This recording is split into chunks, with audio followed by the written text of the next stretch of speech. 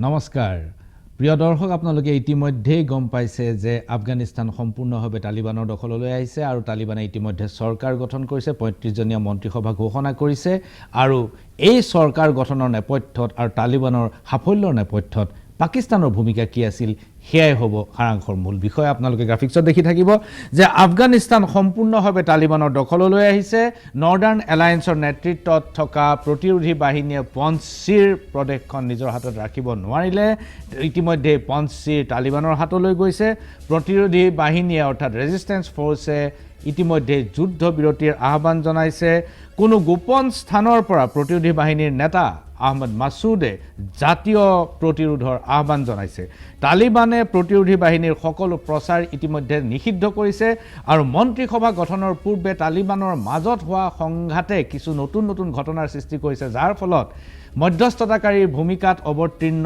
হামিদ কাৰজাই আৰু আব্দুল্লাহৰ লগত সকলো মানুহৰ সংযোগ বিচ্ছিন্ন কৰা হৈছে আৰু প্ৰতিৰোধী বাহিনীৰ দুজন শীৰ্ষ নেতা জেনেৰেল আব্দুল উদদ জাৰা আৰু প্ৰতিৰোধী বাহিনীৰ মুখপাত্ৰ যি এজন সাংবাদিকো আছিল মুখপাত্ৰ ফাহিম দাস্তি তেওঁৰ যুদ্ধত যোৱা শনিবাৰে মৃত্যু হৈছে মই আকৌ কৈছো যে জেনেৰেল আব্দুল উদদ জাৰা আৰু ফাহিম দাস্তি এই দুজন প্ৰতিৰোধী বাহিনীৰ শীৰ্ষ নেতা তেওঁলোকৰ যোৱা শনিবাৰে যুদ্ধত মৃত্যু হৈছে মৃত্যুৰ পূৰ্বে ফাহিম দাস্তিয়ে এক সাক্ষাৎকাৰত কি কৈছিল আমি এটা সৰু ভিডিঅ' চাই লওঁ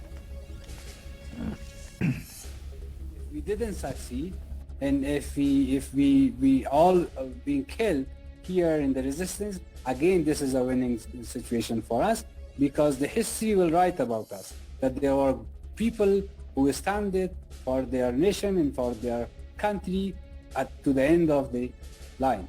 If we didn't succeed, and if we all being killed here in the resistance, again this is a winning situation for us. Because the history will write about us that there were people who stand it for their nation and for their country to the end of the line. হেয়া আছিল ফাহিম দাস্তি যি আফগানিস্তানৰ এজন শীৰ্ষ সাংবাদিক আছিল শীৰ্ষ পৰ্যায়ৰ সাংবাদিক আছিল আৰু যিজন আছিল প্ৰতিৰোধী বাহিনীৰ অৰ্থাৎ নৰ্দাৰ্ণ এলায়েন্সৰ মুখপাত্ৰ তেওঁ মৃত্যুৰ আগদিনা দিয়া অৰ্থাৎ যোৱা শুকুৰবাৰে দিয়া এক সাক্ষাৎকাৰত এইখিনি কথা কৈ গৈছিল যে অন্তিম সময়লৈকে আমি যুদ্ধ দি যাম যদি আমাৰ মৃত্যু হয় তেন্তেও আমি জয়ী হ'ম কাৰণ ভৱিষ্যতৰ ইতিহাসে আমাৰ কথা লিখিব এতিয়া আপোনালোকে গ্ৰাফিক্সত দেখিব যে তালিবানৰ চৰকাৰ গঠন ইতিমধ্যে সম্পূৰ্ণ হৈছে মোল্লা মোহাম্মদ হাসান আখুন্দক ইতিমধ্যে ৰাষ্ট্ৰপ্ৰধান হিচাপে ঘোষণা কৰা হৈছে মোল্লা বাৰাদাৰ আখুন্দ হ'ব উপৰাষ্ট্ৰপ্ৰধান এই মোল্লা বাৰাদাৰ আখুন্দ তেওঁ দোহাত তেওঁ অৱস্থান কৰিছিল ইমান দিনে তেওঁ এতিয়া উপৰাষ্ট্ৰপ্ৰধান আৰু তালিবানৰ শীৰ্ষতম নেতা শেখ হিবাতুল্লাহ আখুনজাদাই দুইজনৰ নাম প্ৰস্তাৱ কৰিছে এই আখুনজাদা যিজন আসলতে তালিবানৰ শীৰ্ষতম নেতা তেওঁ এই দুইজনৰ নাম ঘোষণা কৰিছে ৰাষ্ট্ৰপ্ৰধান যিজন হৈছে তেওঁ হাসান আখুন বৰ্তমান তালিবানৰ শীৰ্ষ পৰিষদ ৰাহবাৰী চূড়া অৰ্থাৎ যিটো নেতৃত্বদায়ী যিটো পৰিষদ যিটো লিডাৰশ্বিপ কাউন্সিল বুলি কোৱা হয় এই ৰাহবাৰী চূড়াৰ তেওঁ আছিল শীৰ্ষ প্ৰধান আৰু 1996 চনৰ পৰা 2001 চনলৈকে তালিবানৰ শাসনৰ সময়ছোৱাত আখুন্দ আছিল মোল্লা হাসান আখুন্দ আছিল বিদেশ মন্ত্ৰী হাকানি নেটৱৰ্কৰ নেতা সিৰাজউদ্দিন হাকানি তেওঁ হ'ব আফগানিস্তানৰ গৃহমন্ত্ৰী তালিবানৰ প্ৰতিষ্ঠাতা মোল্লা ওমৰৰ পুত্ৰ মোল্লা ইয়াকুব হ'ব দেশখনৰ প্ৰতিৰক্ষা মন্ত্ৰী আৰু এই ৩৫ জনীয়া যিখন মন্ত্ৰীসভা তাত 5 জন মন্ত্ৰী ৰাষ্ট্ৰসংঘৰ ইতিমধ্যে ঘোষিত সন্ত্ৰাসবাদী অৰ্থাৎ ইয়াৰে 5 জন লোকক ইতিমধ্যে দুৰ্ধৰ্ষ সন্ত্ৰাসবাদী বুলি ৰাষ্ট্ৰসংঘই ঘোষণা কৰি থৈছে হাকানি নেটৱৰ্কৰ যিজন নেতা সিৰাজউদ্দিন হাকানি তেওঁ ইমানেই দুৰ্ধৰ্ষ যে ৰাষ্ট্ৰসংঘই ইতিমধ্যে তেওঁৰ শিৰৰ মূল্য 5 মিলিয়ন মাৰ্কিন ডলাৰ ভাৰতীয় মূল্যত ৩৫ কোটি টকা ধাৰ্য কৰিছে এতিয়া চৰকাৰ গঠন হৈছে কিন্তু চৰকাৰ গঠনৰ পূৰ্বেই কাবুলত আৰু আফগানিস্তানৰ সৰ্বত্ৰ শৰিয়া আইনৰ অধীনত কাম-কাজ আৰম্ভ হৈ গৈছে শিক্ষানুষ্ঠানবিলাকত শৰিয়া আইন অধীনত শৰিয়া আইন মতে শিক্ষা চলিছে সকলোৱে বুৰখা পিন্ধি আহিব লাগিব সকলোৱে আপাদ মস্তক আবৃত কৰি আহিব লাগিব মহিলাসকলে আৰু পুৰুষসকলে পাগুৰি লগাই আহিব লাগিব পুৰুষ আৰু মহিলাৰ খুকিয়া বহাৰ ব্যৱস্থা আহক এটা সৰু ভিডিঅ' চাই লওঁ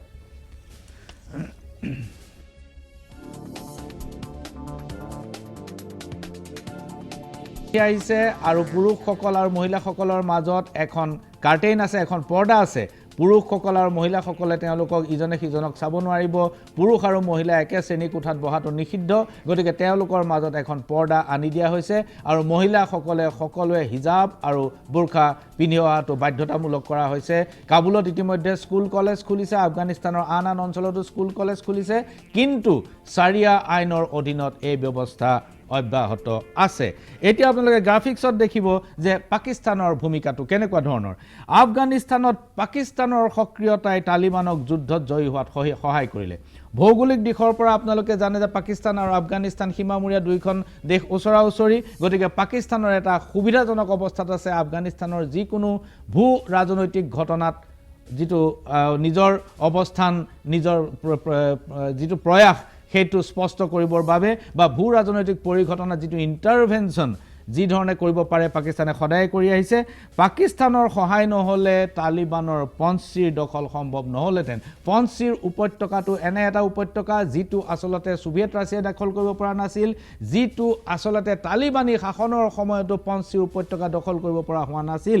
সেই পঞ্চীৰ উপত্যকা মাত্ৰ 7 দিনৰ যুদ্ধত এওঁলোকে দখল কৰিলে, একমাত্ৰ পাকিস্তানৰ সহযোগত। তালিবানৰ বাবে পঞ্চীৰ দুৰ্ভেদ্য আছিল।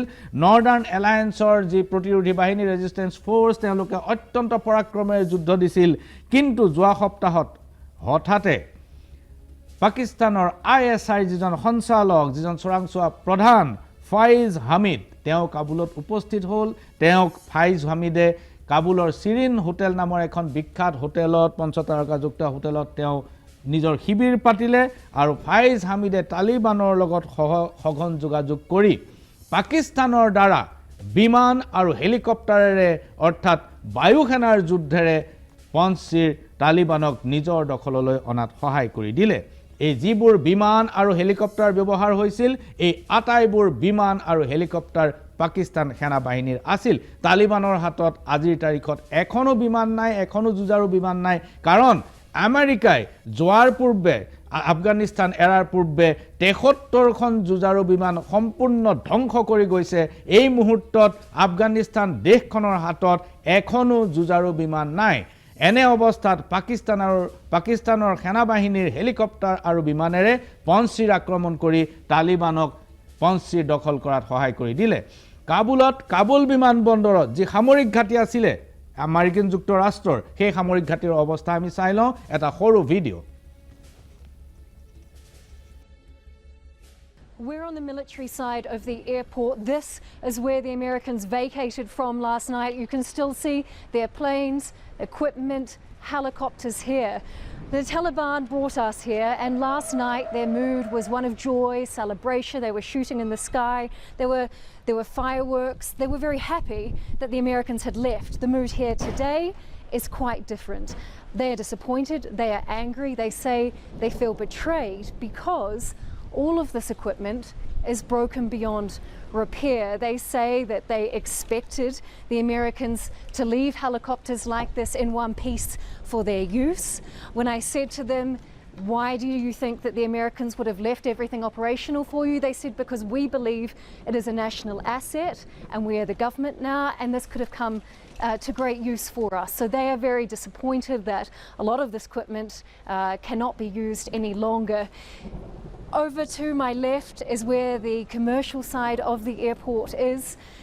Zabihullah Mujahid, who's a spokesman for the Taliban, said that they hope to have this area operational in the coming days, which would allow people who want to fly out on commercial flights to do so with visas. So while the evacuation efforts have finished because foreign forces have all left, the Taliban say that they are going to stand by their word, which is to allow people to fly out commercially when they get everything operational. We understand that Turkey and Qatar are assisting that with them. I can tell you that I saw dozens of people arrive even to our own hotel with equipment and personnel ready to support the airport getting back on its feet, engineers, that type of thing, to try and get these planes running again. But here on the military side, nothing will be operational anytime in the future. The Taliban disappointed, as this is what the Americans have.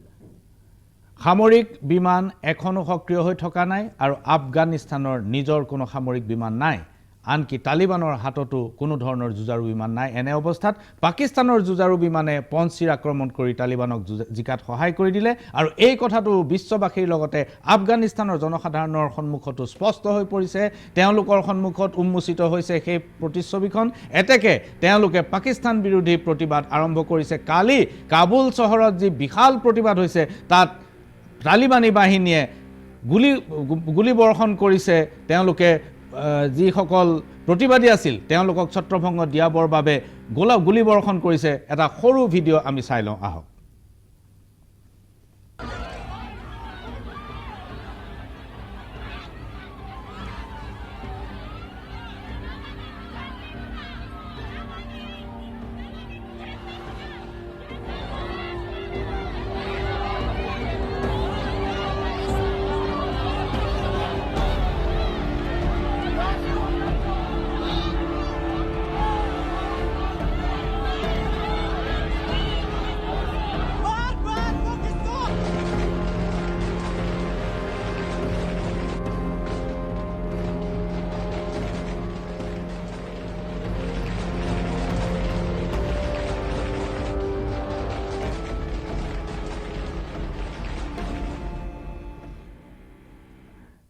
Down down Pakistan Pakistan go back আমাক স্বাধীনতা লাগে পাকিস্তানৰ এই হস্তক্ষেপ নচলিব ইত্যাদি ধ্বনিৰে কাবুল চহৰত যি বিশাল প্ৰতিবাদ হৈছিল সেই বিশাল প্ৰতিবাদীসকলৰ ওপৰত তালিবানী বাহিনীয়ে গুলি বৰ্ষণ কৰিছিল এতিয়া আহক পাকিস্তানৰ এই যিটো হস্তক্ষেপ পাকিস্তানৰ যি ধৰণৰ সক্ৰিয়তা সি দক্ষিণ এছিয়াৰ ৰাজনীতিত কি ধৰণে প্ৰভাৱ বিস্তাৰ কৰিব পাৰে গ্ৰাফিক্সত দেখিব যে পাকিস্তানৰ এই সক্ৰিয়তাই দক্ষিণ এছিয়াৰ ৰাজনীতিত অশুভ ইংগিত বহন কৰিছে কাবুলত বৰ্তমান তুৰস্ক পাকিস্তান চীন আৰু কাটাৰৰ দূতাবাসে খোলা আছে মন কৰিব কাবুলত মাত্ৰ দূতাবাস খোলা আছে তুৰস্ক অৰ্থাৎ টাৰ্কি পাকিস্তান চীন আৰু কাটাৰৰহে দূতাবাস খোলা আছে বাকি কোনো দেশৰ দূতাবাস আজি তাৰিখত কাবুলত খোলা নাই সকলো দূতাবাস বন্ধ কৰি উভতি গুচি গৈছে তুৰস্কই তালিবানক প্ৰত্যক্ষভাৱে সহায় কৰিছে কাবুলত থকা পাকিস্তানৰ স্থায়ী প্ৰতিনিধি মোহাম্মদ সাদিক এতিয়া আফগানিস্তানৰ বিদেশ মন্ত্ৰীৰ দৰে তেওঁ কাম কৰি আছে যেন আফগানিস্তানৰ বৈদেশিক পৰিক্ৰমাটো তেওঁৰ হাতলৈ আহি গৈছে সেই ধৰণৰ তেওঁ সক্ৰিয়ভাৱে কাম কৰিছে পঞ্চিৰ যেতিয়া পতন হ'ল পঞ্চিৰ যেতিয়া তালিবানৰ হাতলৈ গ'ল তেতিয়া প্ৰতিবেশী ইৰাণ তুৰ্কমেনিস্তান উজবেকিস্তান তাজিকিস্তান আৰু চীনৰ লগত এই মোহাম্মদ সাদিকে এখন ভিডিঅ' কনফাৰেন্স কৰিছে যে কি ধৰণৰ ভৱিষ্যতৰ ৰণকৌশল ৰণনীতি স্থিৰ কৰা হ'ব এতিয়া ঘটনাটো হৈছে যে তালিবানৰ নতুন যি নেতৃত্ব আফগানিস্তানৰ নতুন নেতৃত্ব এই নেতৃত্বৰ লগত বিশ্ব যি নেতৃত্ব আছে পৃথিৱীৰ আন দেশৰ যিসকল চৰকাৰ আছে তেওঁলোকৰ বৰ বিশেষ পৰিস্থিতি নাই তেওঁলোকে নাজানে কাৰ লগত কি যোগাযোগ কৰিলে কি ধৰণৰ ফলাফল হ'ব বা কাক যোগাযোগ কৰিলে প্ৰকৃত ফলাফলটো পোৱা যাব এতেকে সকলোৱে এতিয়া পাকিস্তানৰ সহায় লৈছে এতিয়া ইমৰান খান আৰু পাকিস্তানৰ যি সেনাধ্যক্ষ এই সেনাবাহিনীৰ মুৰব্বীজনৰ লগত সকলোৱে যোগাযোগ কৰিছে যাতে তালিবানৰ লগত তেওঁলোকে প্ৰত্যক্ষ যোগাযোগ স্থাপন কৰিব পাৰে পাকিস্তানৰ সহায়ত এই মুহূৰ্তত পাকিস্তানত আফগানিস্তানত চীন আৰু পাকিস্তানৰ সক্ৰিয়তা ভাৰতৰ বাবে অত্যন্ত শুভ খবৰ কাৰণ কাশ্মীৰত আৰু নতুন ঘটনা হ'বলৈ গৈ আছে কিন্তু ইয়াৰ পূৰ্বেও পাকিস্তান এনেকুৱা অৱস্থানত অৱতীৰ্ণ হৈছিল পাকিস্তানে যোৱা এই 20 বছৰ আৰু তাৰ আগৰ 12 বছৰ সৰ্বমুঠ 32 বছৰ ধৰি চলি থকা এই সংঘাতত কিন্তু পাকিস্তানৰ ভূমিকা সদায় আছিল কিন্তু পাকিস্তানৰ ভূমিকাই পাকিস্তানক কিমান দূৰ সহায় কৰিলে পাকিস্তান ইয়াৰ পৰা লাভৱান হ'ল নে পাকিস্তানৰ লোকচান হ'ল এই কথা মোৰ মুখেৰে নহয় পাকিস্তানৰ প্ৰাক্তন ৰাষ্ট্ৰপতি পাৰভেজ মুশ্বাৰফে এক অনানুষ্ঠানিক আলোচনাত কি কৈছিল আপোনালোকে এবাৰ শুনি লওক এটা সৰু ভিডিঅ'